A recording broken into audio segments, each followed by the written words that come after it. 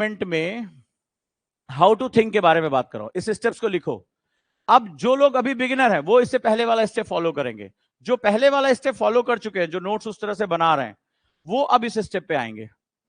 और आपको क्या करना है, आपको ये न्यूज़पेपर लेना है, कोई भी, चाहे हिंदी ले लो चाहे इंग्लिश ले लो, इट डजंट मैटर, ठीक है। और आपको न्यूज़पेपर को इस तरह से तोड़ना है। अगले 15 दिन कॉन्टिन्यूअस में सबकी डायरी चेक करूंगा, सबकी कॉपी चेक करूंगा। ये क्या सिस्टम है, इसको थोड़ा सा, ये बेसिक क्वेश्चन है। जब आप किसी भी चीज को सीखते हो, जो आईएएस टॉपर ने बताया कि मैं इस तरह से सीखता हूं, अदापा कार्तिक 2007 आईएएस टॉपर, तो क्या, क्यों, कैसे, कब, कौन, विच, ये हमने जो है वर्ड यूज किए, ये हमें पता है कि ये सीखने का हमारा सबसे इंपॉर्टेंट। इसको एडवांस वर्जन में कैसे करता हूं, अब आज के बाद जब आप कोई भी न्यूज़पेपर पढ़ोगे या कोई भी बुक पढ़ोगे, इस फॉर्मेट में पढ़ोगे। ये क्या होता है, ये रीस्ट्रक्चरिंग ऑफ द इंफॉर्मेशन है। हमारे सामने मान लो आज एक एडिटोरियल आया है जल वाला, ठीक है, जल को बचाने को लेकर, पता नहीं इसमें आया कि नहीं आया, ये तो वो वाला पेपर है, ये तो वो वाला पेपर है, एड वाला, प्रचार वाला। चलो कोई भी उठा लेते हैं। तो मान लो आज हिंदू में कुछ आया है, India need comprehensive sexuality education, scan the internet dimension on the road to 2024, कुछ भी उठा लो। At Delhi summit demonstrate climate leadership, climate leadership बहुत भारत के लिए सबसे अच्छी अपॉर्चुनिटी है। अब आपने इसमें कुछ भी उठा लिया, या जल शक्ति या जल संरक्षण पे कुछ भी उठा लिया। अब आपको सबसे पहले क्या काम करना है, पहला क्वेश्चन पूछना है, what is the primary division, यानी कि हम किस बारे में बात कर रहे हैं। पहला चैप्टर क्या होगा, पहला सेगमेंट क्या होगा, पहले होगा थीम, इसको बोलते हैं थीम, ठीक है, याद रहेगा, हम किस बारे में बात कर रहे हैं। चैप्टर या थीम क्या है, हमारी थीम क्या है।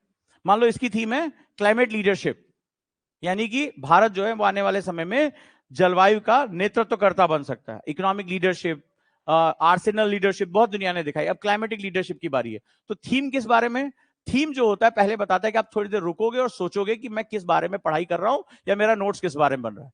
न्यूज़पेपर पढ़ने का ये बेस्ट तरीका है, एस्से लिखने का सबसे बेस्ट तरीका है। एस्से जब भी आप लिखोगे ये प्रैक्टिस करोगे, आपका एस्से कभी गलत होगा ही नहीं, ठीक है। ये दुनिया का सबसे एडवांस मेथड है एस्से लिखने के लिए।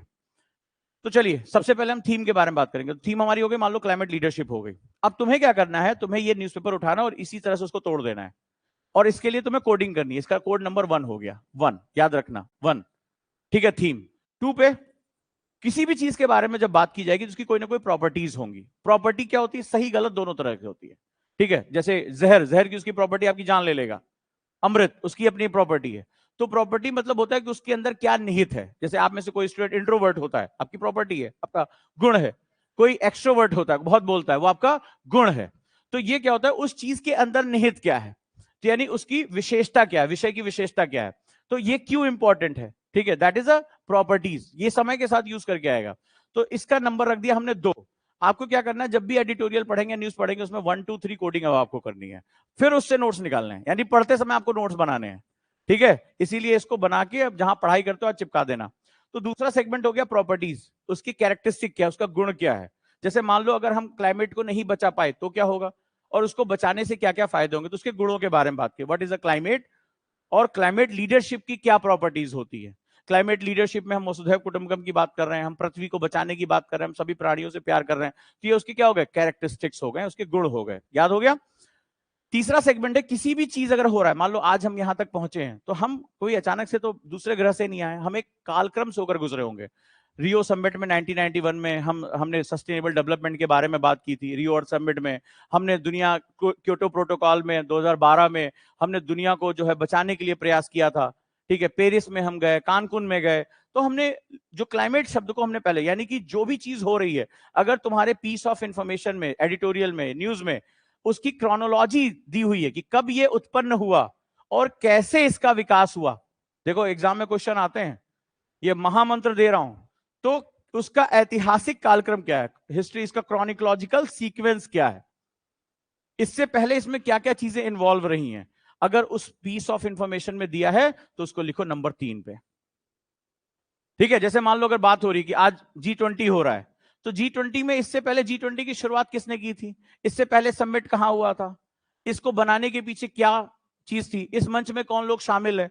तो आपने G20 का ऐतिहासिक कालक्रम पढ़ना शुरू कर दिया। अगर नहीं दिया हुआ है तो उसको क्वेश्चन मार्क डाल के छोड़ दो कि मुझे इसके बारे में जानकारी इकट्ठा करनी, क्योंकि पढ़ने का एक मकसद होता है आगे की जानकारी को लिंक करना।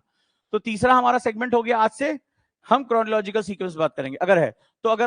अगर मान लो इसकी प्रैक्टिस कर ली तो आपको क्या करना है, न्यूज़पेपर में अगर वहां दिख गया तो उसको कोड नंबर 3 डाल देना, जैसे उसके इतिहास के उसके विकास के बारे में बात आती है। अब तुम्हें न्यूज़पेपर का पूरा सिस्टम ही चेंज कर दे रहे हैं। आ जाओ नए सेगमेंट में। इसके बाद तुम्हें पहुंचना है, कोई भी चीज जो होती है वो एक स्ट्रक्चर लेती है। जैसे G20 का स्ट्रक्चर क्या है, या क्लाइमेट लीडरशिप में क्लाइमेट बॉडीज का स्ट्रक्चर क्या है, कौन डील करता है उसको, तो उसकी संरचना होती है कोई ना कोई। ठीक है, जैसे यूनाइटेड नेशन हो गया, ठीक है, या दुनिया भर के तमाम संगठन हो गए जो क्लाइमेट को बचाने के लिए काम कर रहे हैं। या अगर तुम्हें इस सेगमेंट में कोई बात कही गई तो डेफिनेटली उसका कोई ना कोई स्ट्रक्चर होगा ही होगा। चाहे तुम आर्ट एंड कल्चर लिखो बेटा, इसको हाथ से बनाओ, नहीं समझ पाओगे वर्ड्स को, इसको हाथ से बनाओ। फॉर्म ऑफ थिंग्स यानी चीजें क्या स्वरूप ले रही हैं। या अगर मान लो जैसे हम बात करें स्पेस ट्रीटी की, कोडिंग कर लेते हैं। 4, स्ट्रक्चर 4, फंक्शन 5, रीजन 6, कारण ढूंढो। जैसे मान लो क्लाइमेटिक लीडरशिप की बात आ रही है या स्वच्छता की बात आ रही है, तो उसके कारण भाई अभी आया कि आज बहुत बड़ी खबर आई है कि भूजल का दोहन बहुत खतरनाक हो रहा है। इस बार प्रीलिम्स का क्वेश्चन था, यूनाइटेड नेशन की एक रिपोर्ट आई थी, प्रीलिम्स ऐसे क्वेश्चन ढूंढता है। तो उसमें भारत के बारे में बात कही गई थी कि भारत दुनिया में सबसे ज्यादा जो ग्राउंड वाटर है उसको एक्सप्लॉइट करने वाली कंट्री है। तो आज सरकार ये कह रही है कि हम सेंसर लगाते हैं कि जैसे आप पर्टिकुलर आप यूज करोगे आपको तुरंत जो है वो कार्यवाही हो जाएगी कि आप इससे ज्यादा भूजल का दोहन नहीं कर सकते। तो सवाल यह कि हम भूजल का दोहन कर क्यों रहे हैं।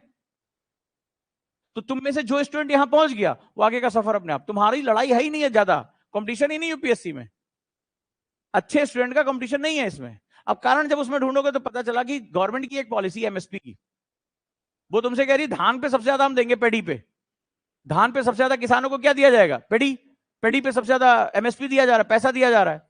तो जिन क्षेत्रों में पानी नहीं है उन क्षेत्रों में भी भूजल का दोहन करके वहां पर क्या किया जा रहा है।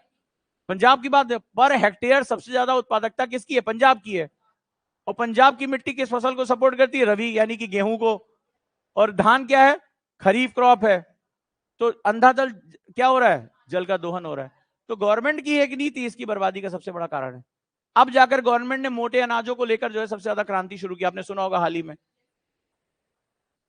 मिलेट्स को लेकर सबसे ज्यादा बात हो रही है। तो ये रीजन है कि आखिर किसी, अब ये तुमने यहां तक पहुंच गए यानी तुम 6ठे नंबर पहुंच गए, अब तुम्हारा इंटेलेक्चुअल डेवलप होना शुरू होगा। बड़े सोच समझ के इसको बनाया गया। अगला है 7th, प्रोसेस, प्रक्रिया। कोई भी चीज, हाउ थिंग्स वर्क, ठीक है, हाउ, ये प्रोसेस क्या हो रहा है। एक होता है क्या चीज कर रही है और एक होता है कैसे कर रही है, इसके बारे में तुम्हें बात करनी होगी। जैसे आपने कहा कि हम क्लाइमेट फंड बनाएंगे, अभी हुआ ना बातचीत, पेरिस में आया कि हम, भारत ने भी कहा कि अमेरिका फंड में पैसे नहीं दे रहा है, हम क्लाइमेटिक फंड बनाएंगे, लड़ने के लिए हमें $100 अरब का फंड चाहिए। बट सवाल है कि वो क्लाइमेटिक फंड कैसे काम करेगा, उसमें कौन से देश अपना पार्टिसिपेशन करेंगे, वो पैसा कहां जाएगा, वो पैसा रखा कहां जाएगा। ऐसा नहीं कि जो बाइडेन अपने जेब में लेके घूम रहे होंगे और जैसे कोई आया तो तुरंत ऐसे बांटना शुरू कर देंगे, 100 तुम रखो, 200 तुम रखो। कहीं ना कहीं इसको रखा जाएगा, जैसे हमारा पैसा रिजर्व बैंक ऑफ इंडिया में रखा जा रहा है या भारत के जो है अकाउंट्स में रखा जाता है। तो वो पैसा रखा कहां जाएगा। तो तुमने जिस दिन ये सोचना शुरू कर दिया